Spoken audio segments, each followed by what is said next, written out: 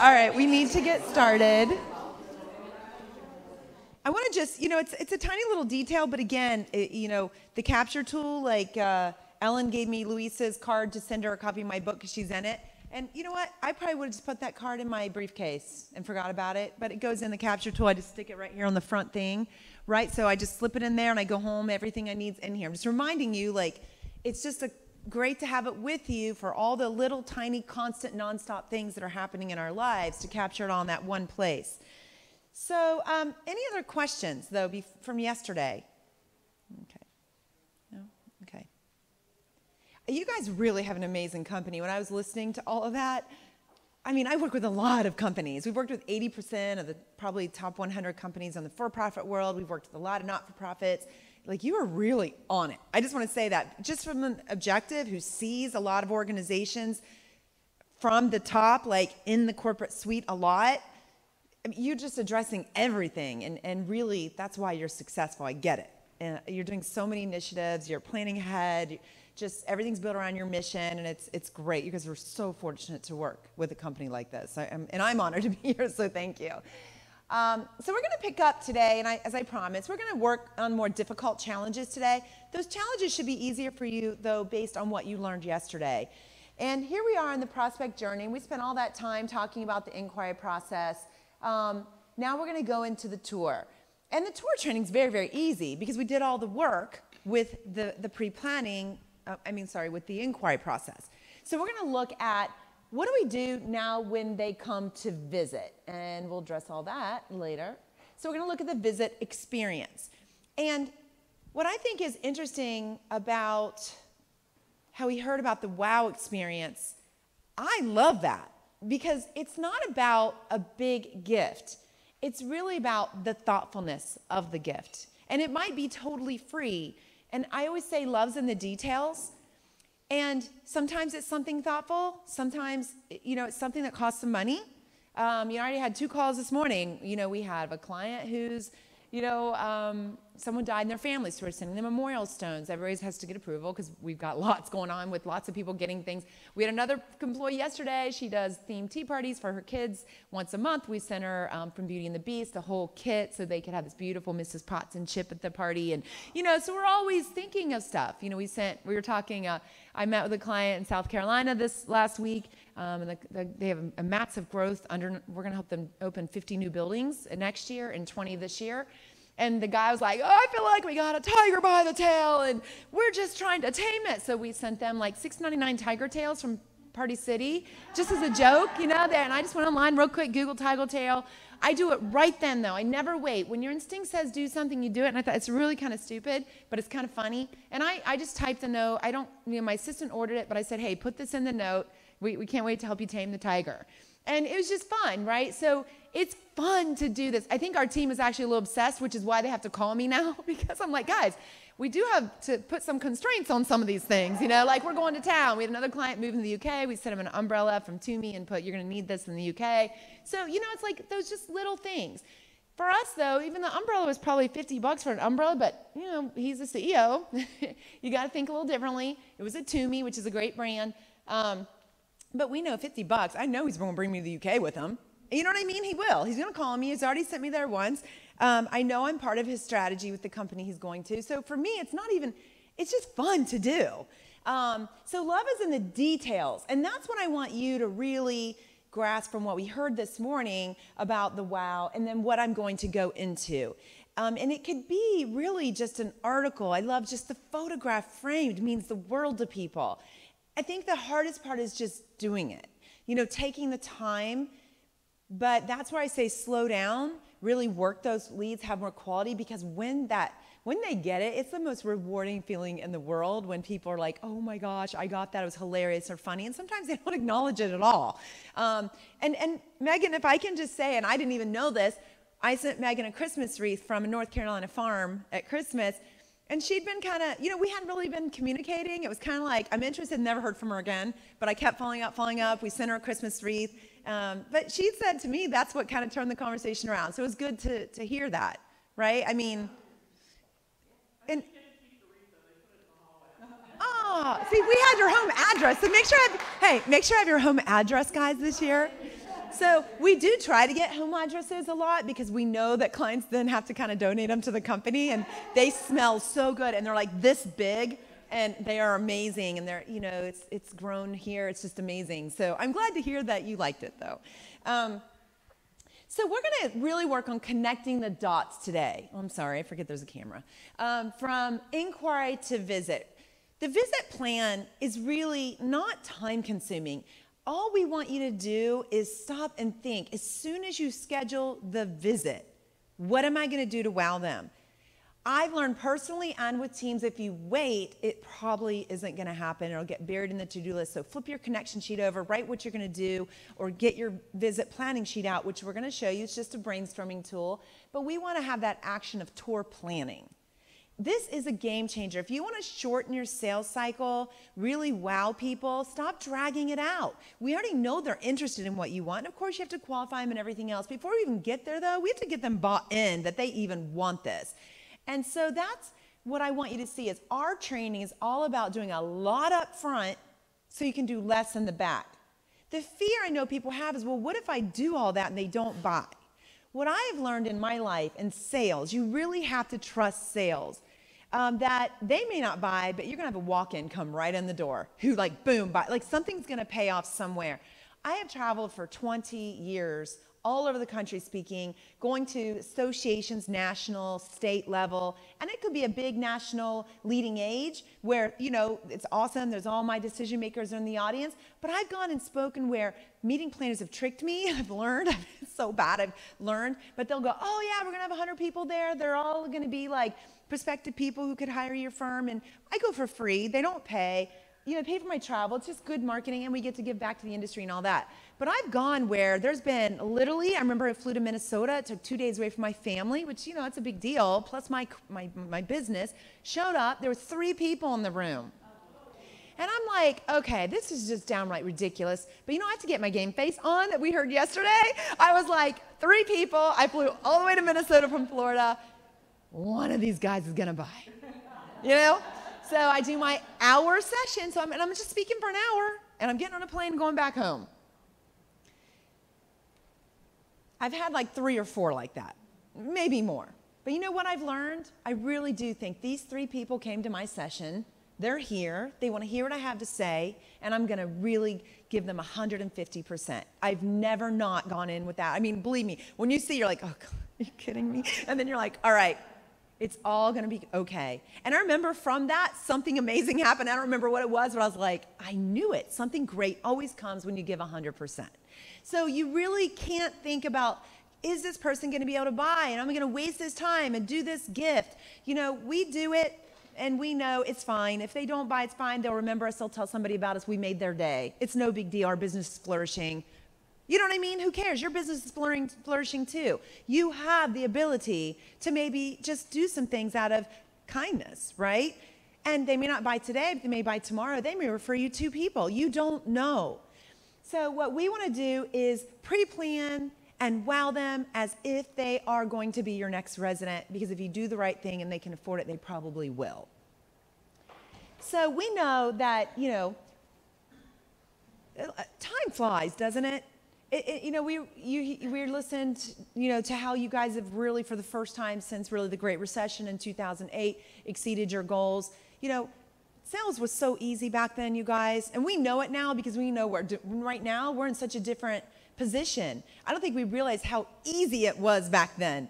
People literally would go look at like 1.9 communities and pick one. So it wasn't like a war like it is today for these people. Then it inched up to 4, then it's 7 to 8. I haven't seen any studies on how many they're looking at, but we know just from coaching and training, they could be looking at 7, 8 communities. And then they're using referral agencies who will send them like 10. So there's just all these choices. It's very overwhelming to the consumer too. So what I always say is, what do prospects think when they walk in the door? How do we differentiate so that it doesn't even seem as if there's competition? And in our company, I'm asked a lot, and I was just asked this on a call last week we were doing for a group, what makes you different? In my head, we don't even have competition. Now, according to Megan and Lori, We do, because they were vetting out 3 other people. I'm just curious who they were. I don't know, because in my mind, no one does what we do. No one delivers service like we do. I know other entrepreneurs. I know tons of speakers and trainers. They would never spend like $100 on a gift unless the person bought. We do it every day. Oh, let's do this. This is fun. Or 50 here, 20. We don't even think about it. We just do it because that's our service. It's our culture. It's the Build way. We just enjoy the whole process. And so I always think no one's going to do it like we do. The in-depth stuff we do before we earn the business. We'll do mystery shops on the house. We'll do a competitive analysis on the house. We don't care. I'll be like, Amanda, I need 5 shops and a competitive analysis. She'll never say, well, I mean, do we build a client? She knows. No, we just want to see what's going on in their business. It's part of our due diligence to see if we can actually help them. So in my head and in our culture of our organization, we don't really even believe we have competition, because in our mind, if they don't choose us, it wasn't meant to be anyways. And it's fine, because we have it coming out our ears. You know, we're slam busy. I want you to feel that same way too, right? That when your service is so strong, when they call you, when they visit, when they come back, that it's really, the competitors aren't the threat. The threat should be the fear that the prospect has about aging and moving and downsizing, leaving a house. Personally, knowing your organization and your competitors, they really, you should not feel the threat if you're using all of the systems you're learning, really executing, wowing them, paying attention to the details, because most people won't do that. They just won't. I just referred somebody a lead. And this is like the 5th one I've done. I've sent her at least $500,000 in business. This last one was at least 100,000. And I'm not going to say who it is, but this person like goes out teaching about customer service and everything. And you know what? Every time I do this, I get offended because I don't even get a thank you card. I don't even want a gift. I just would like a, hey, thanks. And the way I found out is I saw it in her Facebook feed, and I was really upset. I was like, you know, I made that introduction. I tooted your horn. Maybe a email, hey, thanks. Got the account excited, going to change. And by the way, I didn't get the sale. She did, because she was looking at service and training, and I know it's because, you know, I get why, and I know why, and it's fine. They really weren't a fit for us.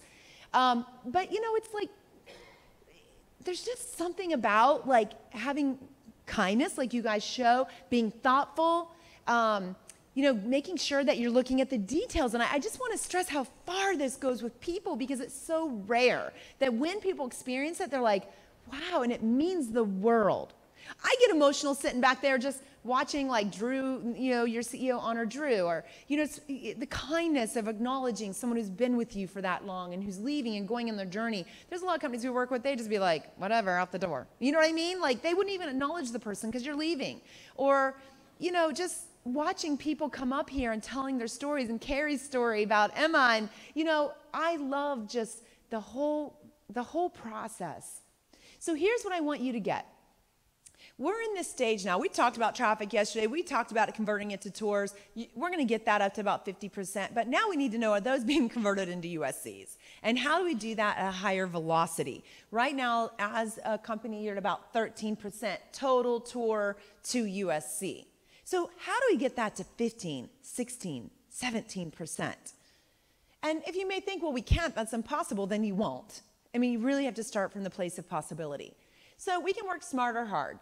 We can work smart and pre-plan the action visits, engage your awesome residents that you have, your amazing staff in each of those tours in some capacity, create a memorable experience that if they go anywhere else, it just doesn't even hold a candle. It's not even the same category. And getting people literally excited to say yes. And I always say the grass has to be so green on your side that theirs is suddenly dull and brown.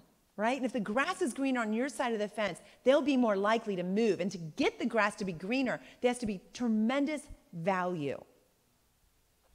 So, or you can work hard. What pretty much most of the people in our space do, we know, is they show up. Oh, my 2 o'clock's here. Running, hi, how are you? And their personality, they've got a great building, and that's what sells. And they do their tour. It's the same tour they do with everybody, same clothes. It's just kind of like autopilot. And you guys know what I'm talking about. And you hope the community will sell. And I gotta be honest, this would be an easy trap for you guys to fall into, because you have such amazing, vibrant campuses, right? That are full of so much to show and share. it would be very easy to just let that sell itself. And many people leave the close to chance. And what I mean by that is they don't ask for a concrete next step. They don't schedule it, and they just kind of have a reactive, so, I'll follow up with you next week, or let me know when you're ready, or go talk to your daughter and we'll touch base. When? How? What's the process? So we want to keep it simple and remember that this sale, more than any other sale, and it's proven in sales that emotion is what drives the sale, but think about our sale. There is nothing more important than that emotional connection. And the more emotional connection they have to your community, the more likely they'll move sooner than later because they're emotionally invested now. And for you, I always say, when you get people emotionally vested, you feel it. And you fall in love with your job because you're not just on this autopilot sales role, you're really connecting at an emotional level, feeling the impact you're making on people's lives. And I know that's why you guys are in the job in the first place. But when you have all the pressure on, you're staying up all night, you can't sleep because you're daydreaming and sleeping at night and dreaming about USCs, it's kind of hard to be thinking about emotional connection because you feel the pressure. So I'm just going to introduce you to the Action Visit Planning Sheet. This is only here for a very specific reason. So some of you might have never seen this that were with me before. What we found is people never remembered to plan their visits. It's just a fact. So what we realized is we need an accountability tool. We need something that is physical and tangible that they can touch and feel to make sure they're doing this. So do you have this? Some of you are looking at me strange. Huh. Okay, well, it's fine. We'll get it to you. Okay. Okay. So, trying to think so here's what it is. It's not a connection sheet you do with the person. It's one you do by yourself. And and here's a couple things you can do. You can literally photocopy this on the back of your inquiry connection sheet. So you plan your you book your tour visit, flip it over and plan it. I love that. I don't do it because a lot of people need the back to write notes. But here's the process we're going to go through. Our advice to make this part of your system and your culture is to build this into your stand-up meeting. You guys do those, right? And especially if you're a marketing manager, you definitely want it. This is your job going forward, that every day at your 15-minute stand-up or whatever you're doing, you need to see the visit plan for each tour coming in that day. Because if you don't, it's not going to happen. For some reason, this part of our training is so simple that people just don't do it. And then the tour is there, boom, there's no pre-planning. So all it says, and I'll just kind of, because I don't expect you to be able to read that, is it says at the top, share it, stand up, or email department heads. That's probably not so much going to happen. Yours is more stand up. And it just says, okay, who's coming in? What are their top needs? What are their top wants? And what's your wow factor? We want you to actually think, okay, so what does this person need and want, and how am I going to wow them? And if you do it quickly, you'll know things like, okay, I love the daughter is out there. How can I step in? How can I act as that daughter and fill that role while she's not here and take care of them and make them feel important? Then below that, team members or residents to introduce. So who do you have that might be relevant? So if this guy was a Korean war pilot and he flew, 15 different planes, from cargo planes to jet fighters, do you have someone else like that in your community? So, and if you don't, that's where it's great if you have a stand-up with operations too. They know a lot of the residents as well and can, introduce you to people. I have a great fit, so it's great to engage different team members. We know from our mystery shopping, and we didn't realize this early on, but when we do on-site mystery shops, the one thing that's always been like such a big standout is if they meet the residents, it really changes the tour dynamic. If they're really introduced, not just in the hallway to Sally, who's always in the hallway, it's the same one everybody's introduced to, but actually someone that has something in common and that could be a friend that's relevant and you could tell it's well thought out, people fall in love with the community. And same thing if it's a particular staff member. So for you guys, because it's more IL, it's not going to be so much staff, it's going to be residents. And that AL environment, it's going to be more if it's socialization or if it's medicine management, we introduce directors of nursing, that type of thing. And then any special notes. So maybe you forgot to ask what they did for an occupation. Do they have children? You didn't get to hear that part. So those are some things you want to follow up on, right when they come in. And so it's been customized to you. So it says sit, right? So right when you get off the phone, you're going to just plan that. Then what additional questions do you have for the family? So is there anything that after you get off the phone, which we all do, that you need to ask? And what other decision makers are going to be involved, and do you have their contact info? So is there anything else you need to learn about? Because there's nothing worse than finding out you don't have the decision makers when you're like 2 months into the work. Yes. Oh, okay. We will in a little bit, combined with some closes. Yeah. And what's your strategy to meet the decision makers, and then what's the deciding factor for the family? So all this is a tool to get you thinking, because believe it or not, when you guys think about your tour and plan it ahead, it's 10 times better than when you just show up. Would you agree? So that's all we want you to do. And it's not anything complex. It's just to say this is part of your sales system. So let's say you get off the phone, and I was just talking to my prospect, and she's in love with her dog. I did this yesterday, right? Ari, the little Lhasa Apso, it's her life. And she, her husband had died 15 years prior. And I already know my wow. I'm going to have a dog bone for the dog, and I'm going to actually show her the walking tour where all of our residents are out typically actively walking their dogs. And I'm going to introduce her to a few of those residents. If you know your wow, I don't expect you to fill that whole sheet out, right? But a lot of times, though, even if you just look at it, you might think of a few other things. Like also, there is a specific resident that I can introduce her to, because she also said that she was a chef. She loved to cook. She went to cooking school. She's always cooking, and maybe there's somebody else with that in common that you could introduce or have drop in at some point during your meeting. So we want to pre-plan, and we want to wow. So you'll see this. We're going to get these copies. And our goal is to leverage what we learned from the inquiry to the action visit to connect the dots. We've had students say things to us in the past like, I just don't plan my visit. I got the tour. I'm excited. The building's going to show itself, and then I'll follow up. And we're like, that's great. But you just spent 10 minutes booking the tour. The person, if you're booking the tours based on our system, the expectation is now very high. You got them excited. They're in what we call a shopper state of mind. They are ready to shop. They're pumped. You cannot then just drop the ball when they come in. Now the expectations are higher. Are you going to customize the tour route? We're going to add to the connection sheet what apartments can you show based on your conversation. And how are we going to really wow them? So while you're in your tour, and you guys, I know, do fabulous tours, right? But just want to make sure as you're learning to better communicate with open-ended questions, catch yourself. If you find yourself asking a lot of questions and they're yes or no, we want to keep changing those, fixing those, correcting yourselves into open-ended questions. So, what did you do when you were younger? Like, what was your occupation? What did you do in your career? Just as you're walking and you're doing things. Now, you all have a tour route, right, that you kind of follow? So I always tell people, on every tour I've ever been in, I'm always shown the dining room. I'm always shown the library. I'm told about the library.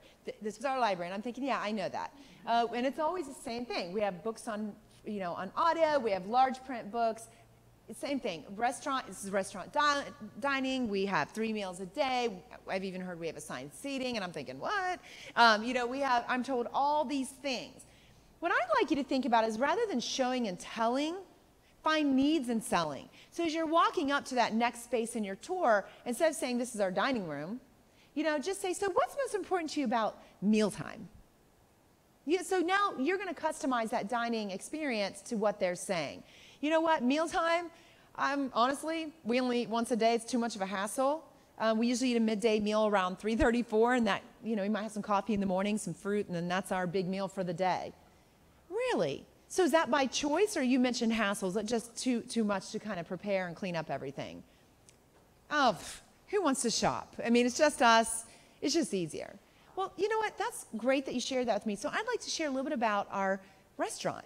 So guess what? You can eat 3 meals a day, no problem here, and you don't have to clean it up. You don't have to prepare it. We're going to do that for you. So if you were given the choice, I'm just curious, to a delicious breakfast, lunch, and dinner, a snack here and there, would you eat more than 1 meal?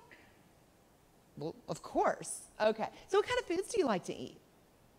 Are you more casual, soups and salads? Do you like more, Southern style, depending on where you are? So you're going to find out. So the goal here is if you can ask them questions as you're doing your tour route, you're going to be able to build greater value regarding each thing you're taking them to because you're speaking their language. I love the quote. It says, when you speak someone's language, they'll follow you to the death. You're speaking their language. Sometimes we don't connect with people because we're not speaking their language at all. So let's say you're in the library. So this is our library. Instead, as you're walking to the library and you're approaching it, so just curious. So tell me, are you guys readers? Do you like books? What are you more TV? What do you like to do when it comes to reading? Oh, no, we don't read. All right, if they don't read at all, it might not be good to show them the library. It's not relevant. But if the husband says, oh no, Ellen, she reads everything. I can't get her nose out of a book. Oh really, what kind of books do you like to read? Well, I actually like audiobooks. I walk a couple miles a day. I always have my headset in and I listen to audiobooks. Okay, great, what type of books? Oh, I love biographies, strong women biographies. I love war. I love any kind of war biography. I like to listen to books about generals. Oh, okay. Well, now you can talk about your audio library, your book club, the people she'll be able to have discussions with around these topics. Doesn't that make more sense than saying, here's our library? And we do tend to fall in these ruts, of here's our library, this is what we have. And same with the exercise room. I mean, one of you was telling me yesterday about, people show the exercise area, even if the person says, I don't want to see it, it still gets shown. So it'd be good to say, so I'm just curious when it comes to physical fitness, do you guys work out, walk, exercise, anything happening in that realm? Just curious. Some people do, some people don't. And they might say, oh yes, it's very important to us. We're walkers. We walk 3 to 4 miles a day. Okay, great. Do you ever go to a gym or do anything with weights or classes? No. Okay, so do you really need to show the gym or should you go and show them more of the tools you have, such as your walking trails, and now you can highlight the walking in the community, getting to, all the different events and activities is going to add to their step thing, because instead of taking a golf cart, maybe they could walk. So you'll be able to build all that into your tour as well. So what I'm trying to say to you, kind of leveraging the whole inquiry system, we want to do that same process of communication when we're on the tour to make the community come to life as it speaks to them. So now every person is going to have more of a customized tour because we're touring based on what we're learning about them. So I'm not asking you to change your tour route or anything. I'm just saying think about the benefits of asking the questions as you're entering those different sections. I know you all have amazing models, right, and things to show. Okay, it's just nightmare what we see out there. I've been in so many models that I'm like, are you serious? Like some where I'm like, I'm not going to a mental ward, right? I'm going to a independent living community. Like they're white walls, white bed. And I always wonder, why is it when a senior living, we always have a little tiny twin bed? It's like you grow up, you have a queen and a double, and suddenly you grow old and you got to go back to a twin bed. That's little. Yes? And we reuse furniture. Is that okay though? No. Oh, you need some more? I think in senior living in general. Oh. Well, I mean, I think it has to be enticing and something that you just can't resist, like a true model. Because we all want to see something beautiful. And I like different kinds of models because not everybody has the same taste, right? Some more eclectic, some more modern, some more. So anyways, if you're able to impact your model, we've learned models sell everything. So if you have 5 studios or 5 2-bedrooms and you put a model in one, and then as soon as it sells, you move it, that is one of the best ways to get rid of those kind of like units you can't sell that are all kind of the same. Just put the model in it and create the vision for people. So we want to be doing more discovery throughout the tour, learning as much. And you know what? It's okay if you have your capture tool with you and you're just jotting down notes while you talk, right?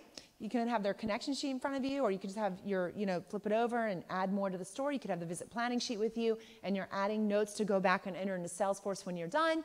But we want to be asking lots of open-ended questions. And our goal is, before that tour even starts, we do want to put them in a shopper's state of mind. And this is just a tool, and this is my first book, 7 Steps to Successful Selling. It's not in Zero Lost Revenue Days, but I talk about shopper's state of mind. Do you know when, I don't know if you experienced this, but there have been a lot of tours with salespeople where the family comes in, and do you ever feel like as they're entering, they're kind of like this, their guards up, they're like tense, they're scared, but they're guarded. So our goal is always to disarm them and engage them before we'd ever take them on a tour. So the best way to do that is to recap what you learned on the inquiry call, right? And then do a little more discovery before you start touring them. So I want to just understand, what is your process? So somebody tell me, when somebody comes in, how do you usually start your tour? Somebody? Okay, so you are doing discovery. So even though you've done it on the phone, you're going to do more. Perfect. So we're aligned there. I just want to make sure. So the good news is, if you did the inquiry connection sheet, you'll be able to sit down with them, kind of have that in front of you, and do your small talk. And then, hey, I'm so excited to show you around our community. I just wanted to kind of make sure I understand everything that's important to you, and you're going to recap, from your connection sheet, from what it sounds like. Your daughter is going to be. Well, did we do a scenario yesterday? Didn't we do a role play? Let's see. What was the scenario? Someone, as soon as I hear a word, I'll trigger the memory. Oh, my mom. It was your mom. Yeah, I feel like I need to go to community right now. Okay.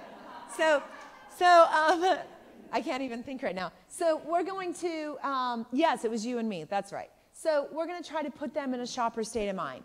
And when you're recapping and repeating needs back, we're kind of refilling that tank of value. And then, of course, expressing any other questions that you might have, asking those that you wrote down. So let's say we didn't ask. One of the things I didn't ask you is, before we even get started, what size apartment are you thinking? How much space would you think that you would like to have? What do you have now? What do you use?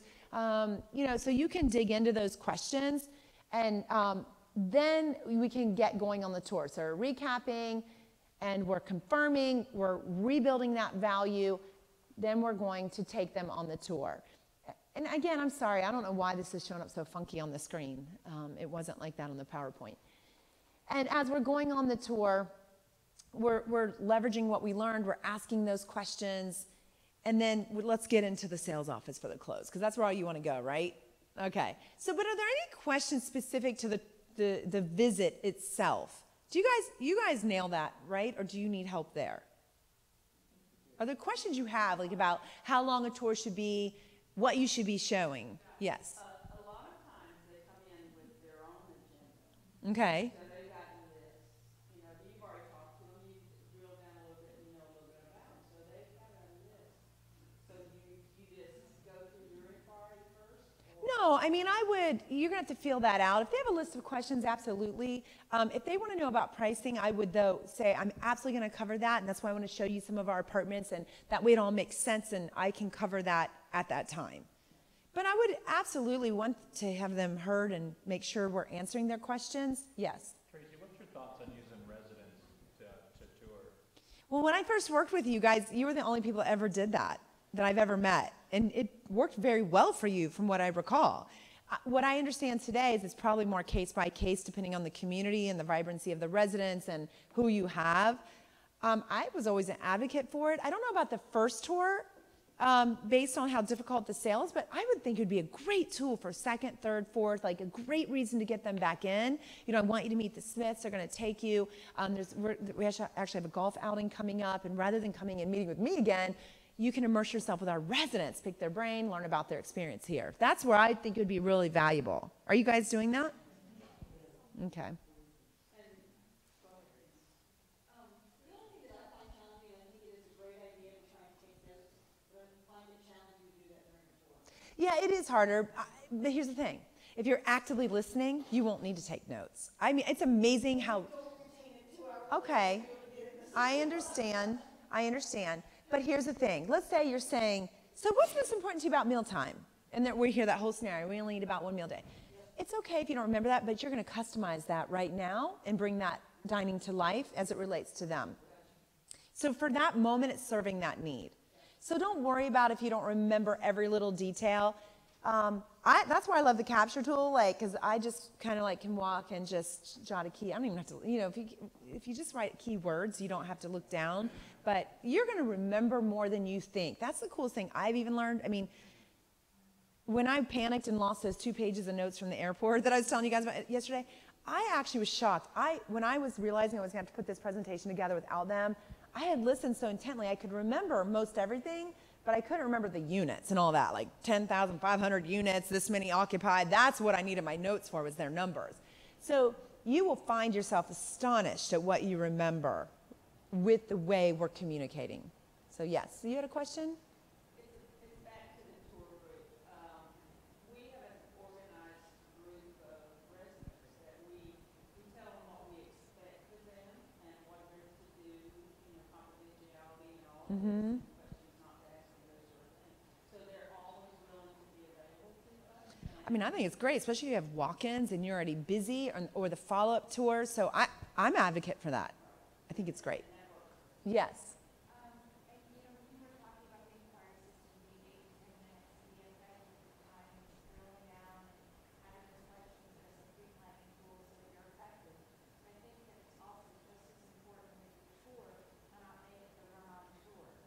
They're not what? No, I agree. So thank you for bringing that up. I mean, a 3-hour tour is pretty extensive. So it reminds me of like Gilligan's Island, as I said that. I would think I'd want to be more efficient there. Now, I know some of you have larger campuses than others, right? But if you really pre-plan your tour and customize it, I bet a lot of you could shave your tours down by about 25%, right? By really customizing, what do they really need to see? And also, are they prepared? Do you tell them it's going to be a 3-hour tour?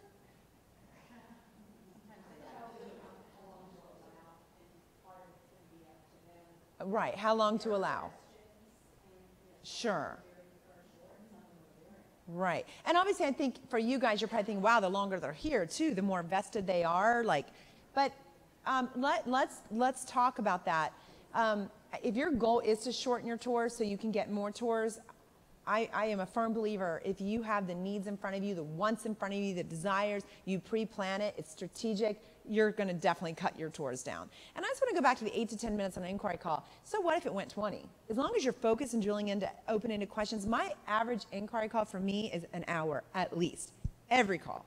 And I don't have a clue what's going to happen after that. But you know what? I always block out an hour because I know there's so many needs. And the more I drill in, the more that comes out. And so I wouldn't try to time yourself. I want to make that very clear. But your tours, I know, can get very long. And I would be cautious of that because it's going to limit how many you can do. And also, what a great reason to get them to come back because there's more to show. So let's get to the close. And then we'll go, yeah.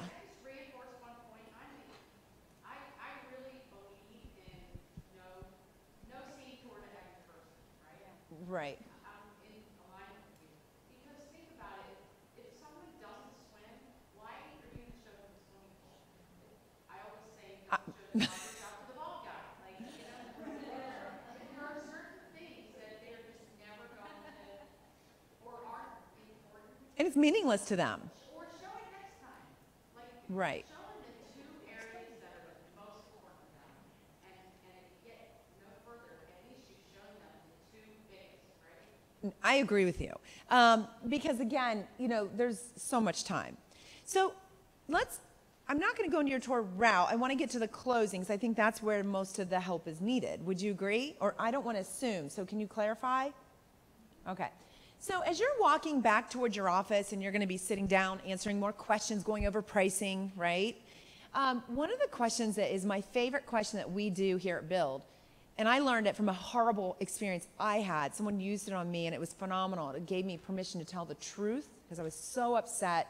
They fixed it, and the next day they asked me the question again, and I was a 10. So what we always teach people to say in any closing environment, and you can use this over and over, and people laugh, they love it. It's kind of game. It's light and airy, but you say you're walking back towards wherever you're going to close. Mrs. Smith, I'm just curious. Now you've kind of seen everything. On a scale of 1 to 10, with 10 being your highest, how would you rate your level of interest in our community? It's such an awesome question because they just stop. They just stop every time. They don't say anything. You're like, what's going on? And then what they're doing is they're thinking. And a lot of times you're going to get like I'd say it's an 8. And the response to that is, so what needs to happen to make it a 10? This question gets them to tell you how to close them. It's a game with our clients. Megan and Laura will probably hear it. Sorry, you're learning the trick. But we ask our clients all the time, on a scale of 1 to 10, how's your experience been with my team so far? And you know what? You would get a lot of 9s, but 9 is not good enough for me. I'd be like, 9. What needs to happen to make it a 10? I've had one guy say, I'll never give you a 10. I'll never give anybody a 10. We worked so hard, we finally got a 10 out of that guy just because it was just a matter of principle. You know, and people say things like, well, I would like more one-on-one time. Or a regional might say, we'd like it more customized to our role. Great, then I go back, I tell my team, to get to a 10, can you customize it a little bit more, drill into more to what she needs that we're not teaching her? Because we're not psychic. You know, we can only do what we know to do, but when we ask that question, it really helps us. So it's a great question. And then, you know, on another call, a month later, if I'm checking in, doing customer service checkup or something, I might say, okay, well, I know we were 9 last month on that scale of 1 to 10. Where are we at this time? You know, and they might say, still a 9 or a 10. What's tough, and I've heard a lot of calls with senior living, is you might get a 7. You might get a 6. But you know what? It's still good to know that before you go and ask for a deposit check and get a rejection. I've had many of our students say, well, they were a 10, and I could have never imagined. I thought they were like a 6. They were really quiet. They weren't saying anything. They're kind of grumpy. And basically what they're saying is, I wasn't going to ask for a deposit. But I asked the question. They said they were a 10, so I did, and I got the check. So this is a great question. And the way I learned it is I spent a lot of money, and I went to this kind of Zig Ziglar thing, but it was one-on-one in Texas. I had to fly out there, and this was like probably 18 years ago, and I didn't have a ton of money in my bank account. I was still, you know, new business owner, and I took like $12,000, and I only had like 15 in my account. And I paid them to go out there to really work on my business, because I'm all about, you got to invest in your business, you got to learn what you don't know. I've spent a lot of money on my education, and usually it pays off. And man, it was the end of this first day, and I was really stressed out. I mean, really stressed out because I hated it. I was miserable. They weren't even talking, like, and things are irrelevant to me. And I was really upset, and, you know, I didn't know what I was going to do. And I still had 1 day left, and I was not looking forward to it. And at the end of the day, they said, Tracy, and it was a guy and a girl, and they said, on a scale of 1 to 10, what did you think about today? And I just sat there, and I was like, it's like a 2. I'm sorry. And they were like, what? I mean, I don't think they had heard that. And we figured out what happened. So they were like, well, what needs to happen to make it a 10? And I went to explain that everything they'd been telling me I already knew. I'd already done in my business. It was nothing new I'd learned yet that day. So they were pretty upset. I went back to my hotel. I was upset, just wanted to go home. And the next day I came in, and they completely changed their method of how they are working with me. And they said, we restructured the entire day around what you said. And it was a great day. And at the end of the day, they asked me again, so on a scale of 1 to 10, with 10 being the highest, how would you rate today? And I said, oh my God, it was a 10. It was incredible. And what we learned in our conversation is, you guys know I'm super systematized, right? Well, most people they worked with, this was a speaker type, you know, entrepreneurial thing. Most people don't have good systems, so they're all about helping you turn your training into systems. And I'd already done all that. So they revamped and came up with a different method, because I'm a different thinker, I guess. I think differently. And they had to change their ho-hum standard process to adapt to the way I think. And it was a home run. But, you know, I always think about, what if they wouldn't have asked me that? It would have been the worst investment, the worst experience. I would have told everybody, do not go there, because people knew their name. People always ask, you know, did you use this person? But instead, it ended up being a really great experience. So after that, I built that question, with their permission, into my training. And our students love it too, because what they say, and I've experienced it, it gives you permission to tell the truth. And also, no one knows until you ask them what they're going to respond with. They just haven't thought about that. So they kind of will stop and go, huh, that's a good question. Don't get nervous and start filling in and blabbing, right? Just sit there and listen, and then if it's a 10, you're good. You go for the check, you close it. If it's like anything under a 10, you say, what needs to happen to make it a 10? Sometimes they'll say, really, it's nothing you can do. I just need more time. But what a great closing then. So as a next step, you know, you can recap. The next step is, we understand you need more time. It's not something you decide on overnight. So you need more time. What I'd like you to do is better experience our community. Meet some of our residents, kind of engage in the different events we do. I know that you're a bowler. I know that your wife loves to cook. I've got 2 ideas for you right now that allow you to just kind of take your time, process, experience, because only then will you get comfortable with your decision. So what might work best? Do you want to look at the bowling or the cooking? Because I think it'd be fun if you did this together, right? So we're just kind of talking about the scale right now. So has anyone used this? You do use it? Okay, do you like it? So what's your experience then? It makes them think. They stop. There's like shocking questions, but then we have fun and they answer. I mean, they're all Okay. So I know what happens when I teach it. A lot of people are like, I'm not going to ask that. That sounds very like awkward. But I would say it's how you say it. If you make it on a scale of 1 to 10, with 10 being the highest, don't even ask it. So, you know, yeah. Tour, yeah. It is in the follow-up to a visit connection sheet. We have it there again. And you can decide if you want to use it there, but I like it because we're trying to help our clients get more first tour deposits, which is a real feat. But we're finding that when people are really doing the inquiry system, using that to leverage, plan their visit experience, they have a wow visit with a one extra, which we'll talk about in a minute, and they're really wowing these people, tailoring it, they're getting more first deposits. And especially you got to know, though, whether to go. And a lot of people are very scared to ask on that first appointment for a deposit. But if they're a 10, why wouldn't you? So if they say they're a 10, then you say, great. So the next step is, so it depends on where you're asking this. We give you flexibility. You can ask it kind of while you're walking back. You can ask it when you're sitting down in your clothes. So let's say you, when you go back to your office, do you typically go into pricing? And you start going through all of the financial information? I know that in the past I've supplied you guys with, but I imagine you have the most amazing financing tools. I mean, we've given you comparison charts in the past to compare apples to apples, what they're spending now to what they'd be spending then. But once you go through pricing, and you are ready to close, so you've answered their questions, you've gone through pricing, you can ask it there too. So because you're kind of getting ready to go into recapping in your optional close to next step. So I'm just curious on, everything we've reviewed on a scale of 1 to 10, what's your level of interest in our community just right now as we sit here?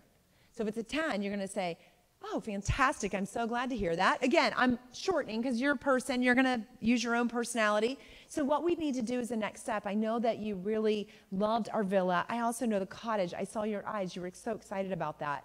So what we need to do is really decide which of those would be an ideal fit based on, where you're moving from, the home that you're coming from, based on the community. Which of those would be an ideal fit? Would you like to go back and look at them one more time?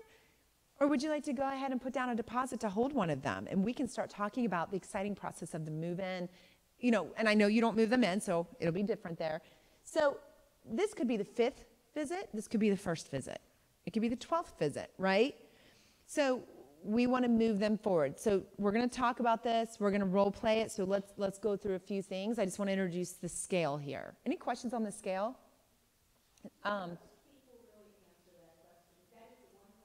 Absolutely. Why don't you answer it? Yeah, absolutely. Actually, it's so, the client I was with last week loves it so much. He's CEO of American House. He's like, it's like such a hit in their organization that his wife, he's like, oh yeah, I ask her every day, honey, on a scale of 1 to 10, where am I? He's like, if I get a 3, I'm excited, So it's a joke. I actually think we sent him a wine glass with a 1 to 10 on it so she could fill up the wine because they're wine drinkers to the level he is. So, it's, I would say for someone like you, it'd just be fun to try it. Now, you might want to role play it today, just because if you sound stiff with it, it's just not going to have the same effect. I saw somebody else's hand raise. I would say if you're working with a couple, you need to make sure that you're asking. Absolutely. You can ask them together and say, Jeff, I'd say I'm an 8. Myra, I'm a 10. So now she's your advocate. He's not. And then, so Jeff, this is great. I'm glad to hear. What needs to happen for you to get it to a 10? Now remember, she's going to be your cheerleader because she's a 10, but we have to hear what he has to say, and we have to take it seriously. Yes? When I have a couple, I usually give them the initial discovery. I usually look at them and say, in most cases, one is a little more enthusiastic than others. Which one? Yeah, I love that. It breaks the ice. Sure. There's one that's resistant, they laugh. Right. And it's so true. Yeah. No, I love that. I think it's great. And listen, you don't have to ask this question. I don't want to stress you out. It's not a mandatory part of the system. It's just going to help you to improve your close ratios. So we're going to role play closes, but I want to go back and I'll do a few with you first, okay? I'm going to go, let's see here. Let me find. I don't need it up there. It's fine. So let's do some closes. So it doesn't matter whether you're in person or on the phone. So what we can do is pick up with a few scenarios, just have some fun, right? Where do you want me to address this? So I want you to drive this. So do you want to do some tour? We're at the end of a tour. We're trying to close to the next step. And then next we'll do role plays on follow-up. Does that work? All right. So I'll be the salesperson. If somebody wants to kind of give me a scenario, what am I closing to, right? And then we want to use the same exact closing system we worked with yesterday and kind of role play, because what I want to show you is how it works and what to do when people object. Okay, so who wants to be my prospect?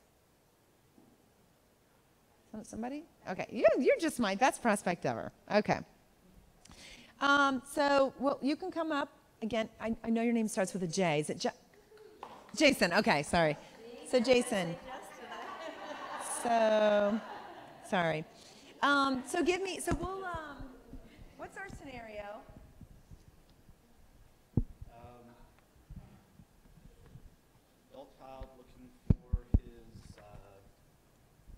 Adult child looking for his 95-year-old grandfather for independent living. Okay. Yes. Now, I don't know all your qualification criteria. I'm not going to act like I do. Is that fair? I'm just going to work on a close. We're going to pretend that we've gone through all the healthcare needs. He's qualified. Yes. All right, and we've done our tour. Yes. So is your grandfather with us or not? Yes, he is. Okay, so and I'm sorry. So I've got Jason, and what's grandfather's name? Walker. Walker. How cool is that? Okay. And I'm just going to make stuff up because that's going to Sure. save us time.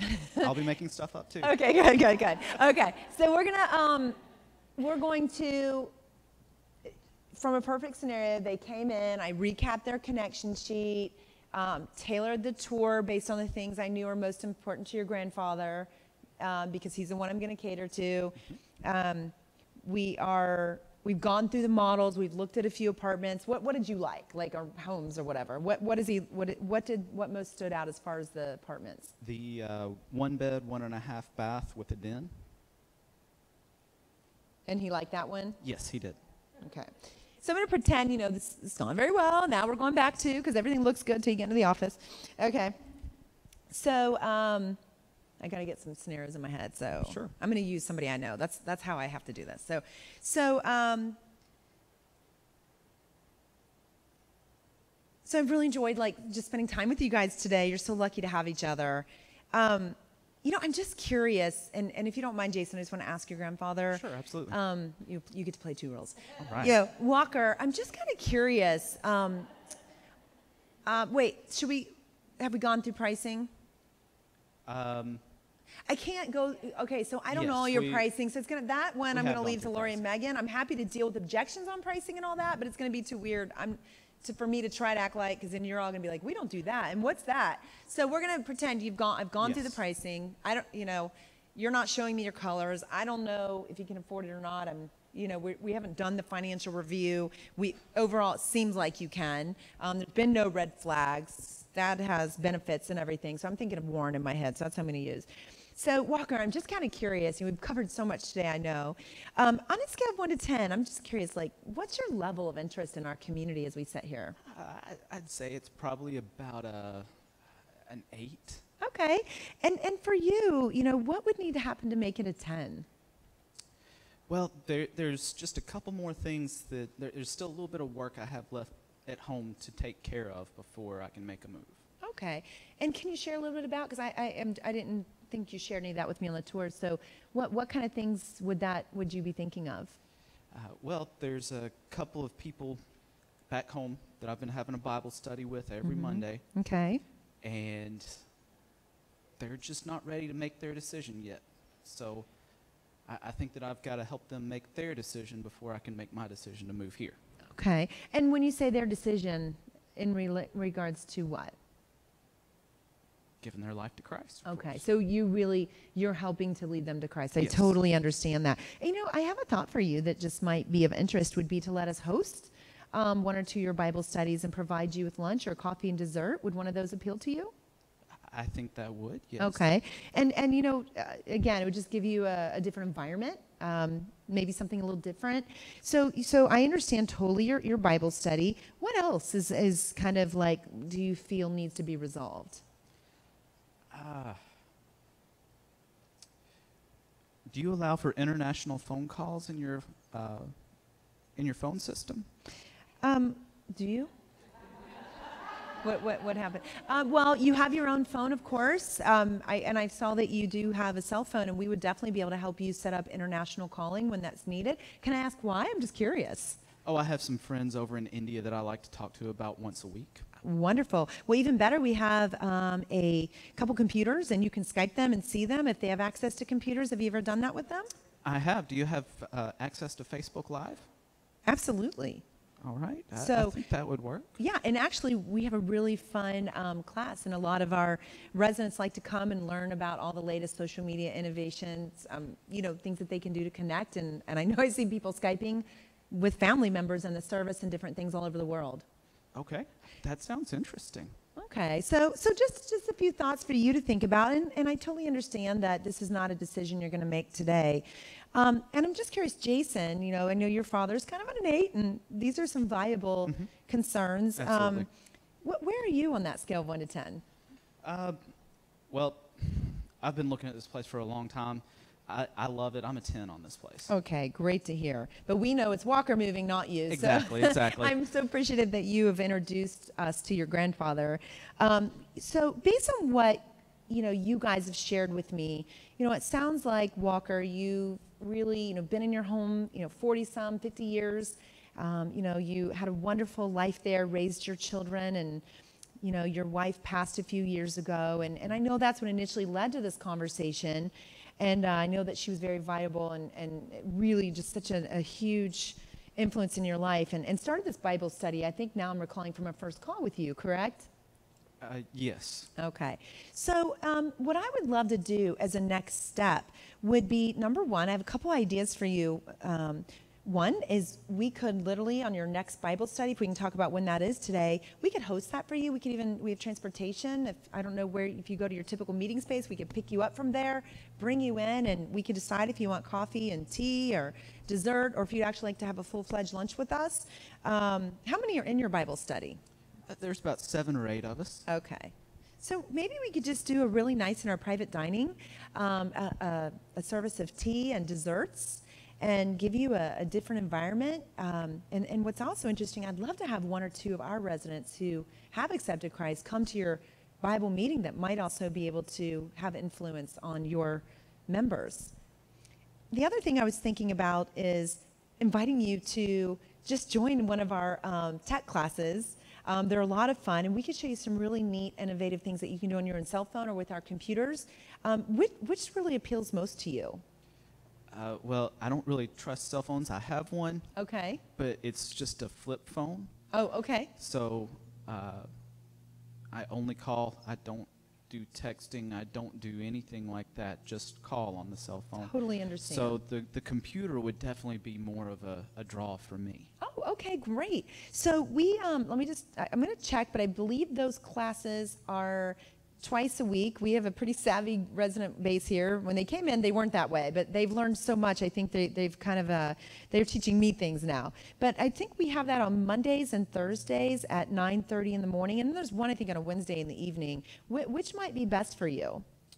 I like to study for my Bible study on Monday morning. Wednesday night, I'm at church. So Thursday would probably work the best. Okay, great. And I know you said you're still driving, so would you be Yes. comfortable coming back on Thursday, and I'll greet you at the front door, and we'll introduce you to everyone, and I know they like to have coffee and tea afterwards, and we'd love to invite you to stay, because I'm sure you'll make some friends in that class. You said 9:30? Sure, I think I could do that. Okay, great. So let's confirm 9:30, and Jason, you're not invited to this one. This is going to be... That's okay, I'll be working at that point Okay, in time great, anyways. great. And what's the best way for me to follow up directly with you, Walker? Like I said, my flip phone. Okay, great. And can I get that number? Yes, 555-867-5309. Okay. And we're going to have a special... I love that song, too. And yes, my wife's name is Jenny. Okay. We're going to have a special parking spot right up front with your name on it. So just look for your name. It's going to be right there. And I'm really excited. I think you're going to love this class. And it's going to be fun. Good. Okay. I'm looking forward to it. All right. Thank you. So now, a couple things. I don't know what exactly every community has, but I would imagine you have like some most savvy communities have like classes where teaching people to use iPads and stuff like that. If you don't have that, you don't offer it. You offer what you have.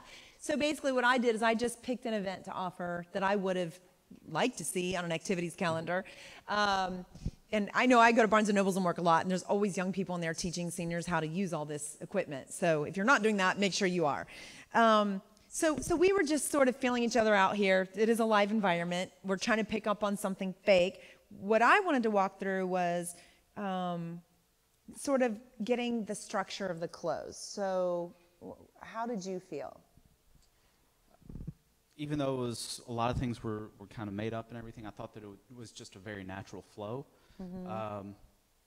I think that it worked very well, that the open-ended questions led to, as well as the optional, given the options, just kind of lent to saying yes instead of just, well, we have a meeting on Thursday. Would you like to join us for that? That's a yes or no. There's a 50% chance of failure there.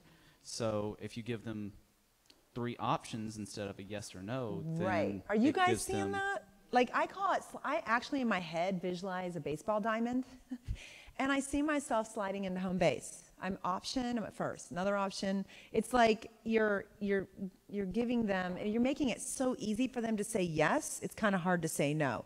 Now here's the situation. If he was dragged in here and didn't want to be here and mad and I cold called and there's no interest, I'm obviously not going to have that success. What I want to always take you guys back to is you're dealing with, whether you believe it or not, these are all, in my opinion, warm leads. There is no cold lead that I know of unless you're in like an AL memory care and the kid's making the parent do it.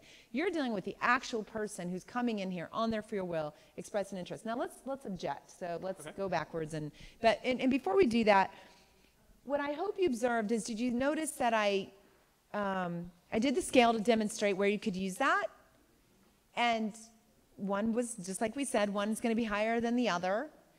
Then I recapped, but I kept that in my mind, what he said, and I know him now, so I'm thinking, okay, so I'm not going for any kind of deposit, but we need a next step. I'm never going to leave a tour, a visit, without a next step. This is, I just want to stress, the most important thing I can tell you. Never leave any conversation without a scheduled next step. Because when we go in and we coach, we're always in the databases. We are. It's true. You guys know it too. We're always in the database, and there is such a pattern. Anybody's got a next step, those leads are all the ones moving. And then you got all these leads with no next step, and guess what? They're just sitting there stalled because nobody knows what's next. You are the experts. You must build that terminology into your system. So I said the next, we did the scale, recapped kind of just a little bit. Would have been better if it was real. Then went right into an optional close with you. Jason's on board. I don't have to persuade him of anything. It's you. Now, let's say I go through that and you object, okay? So our system, sorry, I'm making you stand up here. You don't want heels. Our system, when someone objects, guess what we teach you to do? Not overcome the objection. I don't believe in that at all. Ask another question. There is so much gold in questions, and you're not selling. You're just solving problems. So we have what's called the checkmate question. It's a whole process, but I'm going to simplify it for you. When in doubt, ask another question to figure it out. If they're objecting, they're experiencing doubt. They're not seeing the value in what you're offering. So it's really hard to accept this, but when you don't close a sale, unless it's a financial, is a real clear issue, most times you just didn't build the value. And the way you build the value is lots of discovery, customization, speaking their language. So let's say you build the value, it's there, you have at least 3 needs on the table, you're going for the close and they still don't agree. You got to fight for it because they're just, for some reason, they're still not seeing the value or they could be scared. So what we want to do is ask another question. Unfortunately, there's no list for this. Well, we do have the list. We can get you the closing question list. But when I'm role-playing like this, there's no list. So, and when you're on a phone, you might not have that list in front of you. So when you will get really good at this is when you'll know when you've mastered communication because you can just come up with the questions on the spur of the moment because it's how you think. And sometimes the questions might not be good. I've done that, but then I just restate them immediately. So I'm going to be on the spot. But you'll see how I use the technique and know that you get better and you get better and you get better. And you can solve real life problems with these strategies because if a marriage is falling apart, you start asking some really good questions. You can start to figure out why and salvage it. You have a teen that's going down the wrong road. You can start asking lots of questions and really get to the heart of what's happening. And maybe turn that kid's life around, right? It's through discovery and figuring out, not having the answers, not telling them what to do. Just ask. They know what they need to do. They need to see it for themselves without you convincing them. So that's a little probably different than you've learned in sales training, right? Whenever I hear a student say, oh, I just need to convince them this is the right place, I'm like, Dad, they still don't know how to do my system. Because if you have to convince them, you're not using the build system. Does that make sense? With our system, we help you discover for yourself what it is you need. So it's your choice, your decision, you're excited, and you want this. And then I just show you how to get it. I hope you're seeing that from these 2 days. So let's go through, and I'm just going to pick up with, and I want you to object, right? Okay. Really what you might hear. So, Mr. Walker, so based on what I heard you say, what I think would be a great next step, because I understand this is a big deal, and I really admire how seriously you take your Bible study and the relationships of the people you have. I also heard sort of the fun side that you have a lot of friends overseas you want to be able to speak to. I've got 2 really great things that I would love to offer as a next step, and one of them would be bring your Bible study here and let us serve you for a change. We can invite a few of our Bible study leaders to support you in your quest to help these people find Christ, and also spoil you with some tea, coffee, some treats made by our chef.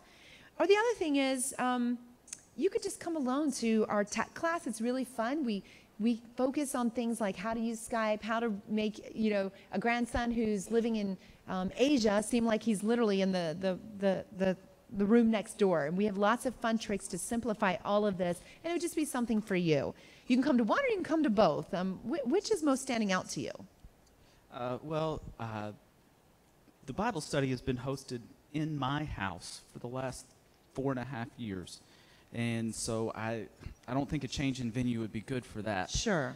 I'm actually pretty handy on that Facebook Live, so I don't think the technology club would really help me out either. So Okay. I'm not really keen on either one of those. Okay, I understand. Can I ask you another question? Okay. You kind of mentioned that, that you have a lot of work to do. And to me, I imagine you just need some time, to process and think about just the next stage of your life. What would help you to even, just as a first step, just get more comfortable with Normandy as a whole and feeling, determining if you're going to fit in, if you're going to be like-minded around other Christian people? Like, what would help you to better process that as we kind of look at just kind of stretching out this timeline a little bit? Well, I definitely want to talk with my daughters some more. Okay. And talk with my Bible study group too, because if I make a move, that's going to change the venue. Mm-hmm. And some of them may not be comfortable coming here, because I do have some young ones in my group too. Okay. So I'll definitely have to talk with them. Okay, I understand. So have your daughters have not come yet, right, to see our community? No. Jason's mom has been informed by him what it looks like and everything, and I have not had that conversation with her yet. Okay, is this the wife or the daughters? That would be the daughter. Okay. Oh, Jason's wife. Okay. So sorry, I got confused. Okay. So what I would love to do as a next step, if it's okay with you, is I would love just to touch base with you, just later on this week to kind of, once everything's processed and settled, get your feedback on our community, and just kind of get a feel for what you're thinking and what would maybe be the next best thing for this process. Are you available perhaps this Friday or Thursday? I think Thursday would work. Probably in the afternoon. I go walking in the mornings. Okay. And, so afternoon would probably Great. work better. Would I be able to touch base with you perhaps? So you're saying the afternoon. Are you thinking around 3 or 4 or something a little bit earlier? Probably a little bit earlier. Okay. 2:30 work better? Yeah, that would be Okay. fine. So, and then I know I have your cell, so is it okay if I call you on your cell? Yes. Okay, great. And again, and I'm going to give you mine. I'm going to put my information on the back of my card here. And, and if you ever want to take me up on the offer, we're even happy to drop some pastries off for your next Bible study. I just think it's a wonderful act of love that we could do for you and what you're doing for these people. And I think it's just wonderful. Well, if you're dropping pastries off, could I make a request? Sure. I'm from Georgia, grew up there. Can y'all do a peach cobbler? Absolutely. A peach cobbler. No, I think we can probably make that happen. All right. Okay. So again, it wasn't perfect, right? But what I always try to do is stay in the parameters of the system so I don't get all nervous and wrapped up. And so I could try to overcome his objections. Well, why wouldn't your Bible study group want to come here? Be a change of pace. We can have our residents. I can try to talk him into it, but it's going to damage the relationship a little bit. And quite honestly, here's the truth. He doesn't see the value yet. He doesn't probably think he actually needs it yet.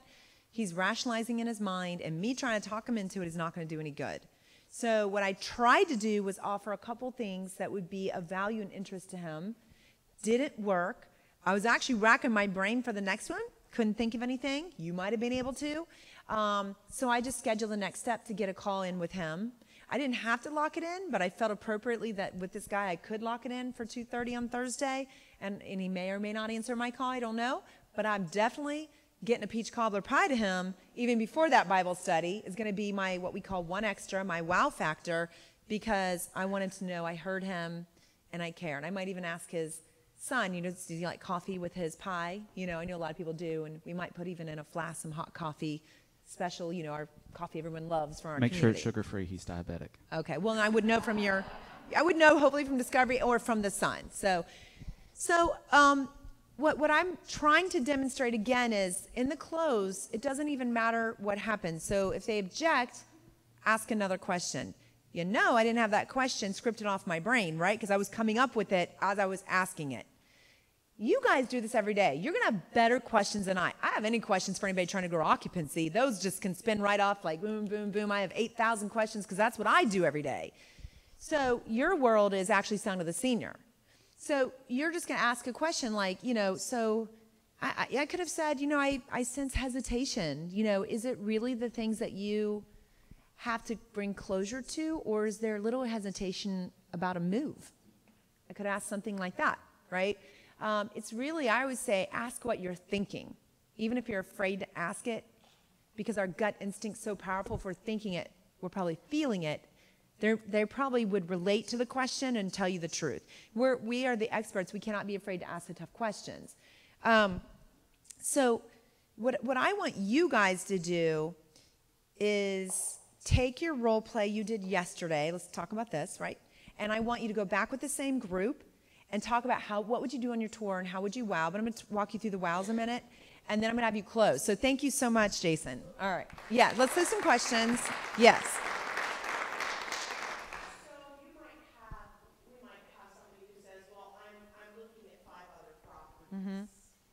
Okay. Is it okay to kind of, we know the properties that we compete with. Yes, I'm listening. Sorry. You just ask the next question. Have you visited them yet? Is there something about them that you like? Delve into Yeah, that kind of stuff? absolutely. So here's the thing. Here's in your close. I'm just trying to get to a close that you guys can have up on the screen. Sorry, we're going to get to all that too. Doggone it. Here's some good. I'll leave this one up. I want you to keep doing what you're doing. Remember, we're going from good to great. You're going to keep on doing exactly what you're doing, but adding in the elements of the system. So I love what you're doing there because so where have you gone? What did you think about it? What most appealed to you? Dig in. Find out. The more you learn, the better. If you ask 100 questions, you're that much closer to the close because you're going to have to get to those 100 questions over the next year. But if you get to those 100 questions in the first month, you're going to move them closer because you're discovering. So that's what I'm trying to show you. So it's a really good example of whatever you're doing now that's working, you keep doing that. What I'm trying to do is tighten up your close so that when you're getting to the close, and I'm thinking about the mystery shops, right? So the mystery shops were an indicator of how people are closing. Reactive, you're going to see on the score sheets, sort of kind of, well, I'd love to, we'd love to have you as a resident here. We think you'd be a great fit. I even heard that in a role play yesterday. So, you know, what we're not going to see, I believe, in those shops is the next step is with a choice of two after recapping. I don't really know exactly, and if anybody wants to come up and show us how they're role playing, we could coach to that, so we can do that too. And when you see live coaching happening, it's pretty cool because you can sculpt someone really, really fast. That's why I love recorded type closes. So you want to keep doing what you're doing, and when you hear an objection, I want you to practice this today. So we have something called a checkmate question. We're getting ahead, but that's okay, right? What I'm doing is merging the sections of the training together to really focus on the close earlier. So when somebody objects, we've done this for 20 years. This absolutely works. All you have to do is say, I understand, and what it does is instantly disarms them. They're like, oh, because they're so used to salespeople overcoming their objections. So if you say, I understand, you can say, do you mind if I ask you a quick question? Or one last question, or you can just ask the question. I understand. So what was it that initially made you guys decide to come visit us today? Well, we saw your ad. Okay. Well, what was it about the ad that compelled you to call? Because have you seen that ad before? Yeah. Well, what was it about the ad that this time compelled you to pick up the phone and actually come in here? I don't know. So let's think about that. Which ad was it, by the way? So now, see, I'm asking, because what I'm trying to do, what the checkmate question means ask another question. It's your last chance to save this stage of the sale. So you have a choice when people object. You can overcome it, oh, but, and then you go to war. We've never believed in that. We've all been there. No one likes it. It creates stress. Everybody's guard goes up, and you're fighting. Basically, you want to win, they want out. But if you just let them win and just say, oh, I understand, you'll see their body language. If in front of them, it goes like that, like, oh, because they were ready. If you're on the phone, you can hear the relief. And then you ask a question. So here's just some, like, you know, some questions might be, of everything we discussed, you know, what's ultimately going to be most important? I know you're looking at 5 communities, and that's got to be a tough decision. But of everything we've discussed, what's going to be most important to you about the community that you guys ultimately choose? And they're going to sit there. And so you have to learn to be patient. And if I can learn all this, you guys can do this. I was the kid that on every report card had the remarks, Tracy talks too much. I got paddled by Mr. Zook in 7th grade because I had so many warnings for talking. I literally got paddled for it. Like, you know what I mean? So if someone like me can learn to listen and not talk and be patient, anybody can do this. And there's times where I'm in presentations, I'm jumping out of my skin. I want to go, oh, you know, but I'm like, nope, shut up, don't say a word. They don't care. This is their time. I need them to figure this out. Right? Because sometimes I want to convince people too, because I can see what their future would be if they had great training, but I can't tell them that. I can't say, oh, if you just invested in sales training, your occupancy could be at 98 versus 85. You could be generating another 2.5 million a year. Imagine what you could do with that. That's what I want to say. I can't. Instead, I have to say, so what is your biggest barrier to investing in your people? I have to walk them through it. They have to discover it for themselves. So that's what I want you to see. You may know how they're going to respond, but you have to let them respond. It's part of their therapy, so to speak. So another question you could ask is, you know, I sense some hesitation. Can I ask what's really concerning you right now? It's like maybe they're really excited. They really want to do it. And they're like, we're going to do it. This is the place we're going to pick. We just need more time. I understand. Can I ask, when you say I just need more time, what is more time actually going to do for your life as it relates to this decision? Honey, we're just not ready yet. How will you know when you're ready? Oh, Lord, I don't think we're ever going to be ready. Okay, I understand. I really do. I think about everybody that sat in that chair before you said the same thing. Would it be worth just, 2 hours of your time if it helped you come to really your decision and help you bring clarity? Would it be worth 2 hours of your time to come back tonight? We have an amazing cocktail hour going on. People will be playing cards. Jeff, there's going to be a poker group going on. We have a lot of fun here. Would it be worth 2 hours of your time this evening to come back here and experience our community without me here? Just engage with our residents. You can ask as many questions as you want and really see what community is life is like on a Friday night in our community. It would be worth 2 hours of your time to have the answers that you guys are asking yourself the questions of right now. Right? So now I'm asking, would you exchange 2 hours for clarity? It's kind of, some people might go, yeah, but we're still not going to do it. But it's kind of hard to say no to that if this is really weighing on them, right? So you've got to ask questions that get them to really think about what's happening. And then you need to use that leverage in your second close. So this is more advanced closing, all right? And it sounds easy. You're going to role play it. And I want you to really work through it in your role play. I mean, I want to see you guys going, okay, so based on what you said, that means you're growing. You're learning, you're stretching, you're doing something that you don't normally do. And I want you to really taste the response and how it feels to not have to overcome people's objections and talk them into things. From the integrity standpoint, from your mission, it's going to feel better for you. So, if you know you had a great tour, they have all these needs on the table, and they're saying, okay, well, we're not going to be making a move for at least another 2 years. And maybe it's the third tour now. And, you've toured them 3 times. They keep coming back. We know the more they come back, the closer they are. So, I'm just curious, Mr. Smith. What is it that made you pick up the phone and call us last month? You've been driving by this community for 15 years. We've been here. What is it that made you decide last week or last month to call me? Well, I wasn't feeling so good, and we thought I had a heart attack, and it came from me mowing the lawn, and Mrs. over here is always yelling at me for mowing the lawn. It takes me 2 hours. I'm out in the sun. She's afraid I'm going to have a stroke. But I'm fine. You can see I'm fine. Okay. So do you enjoy, I'm just curious, how do you feel about all that house maintenance, by the way? I mean, as far as mowing the lawn and being out in the sun, is that something you enjoy doing? Is that something that you would rather farm out and have somebody do for you? Talk to me a little bit about that. Keeps me young. I'm just curious, is there anything you'd rather do than mow the lawn to stay young? Well, yeah, I'd rather play golf. So what if we mowed your lawn and you went and played golf? How would that make you feel? So again, it's like you're just responding to what they're saying. So we're going to listen to what our role player says or our prospect says. We're going to use their response in our best ability to build value as you attempt to close. And let's say it's price.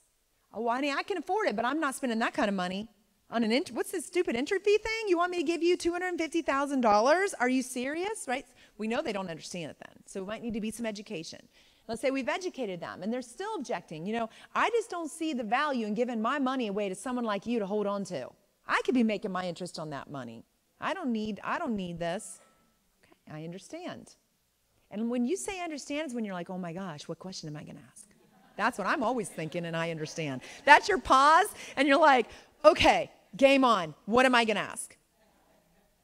So I'm just curious, why are you here? It's a good question, little girl. You never know what they're going to say. My wife made me come. Okay, I sense that. And why do you think she made you come? She's worried about me.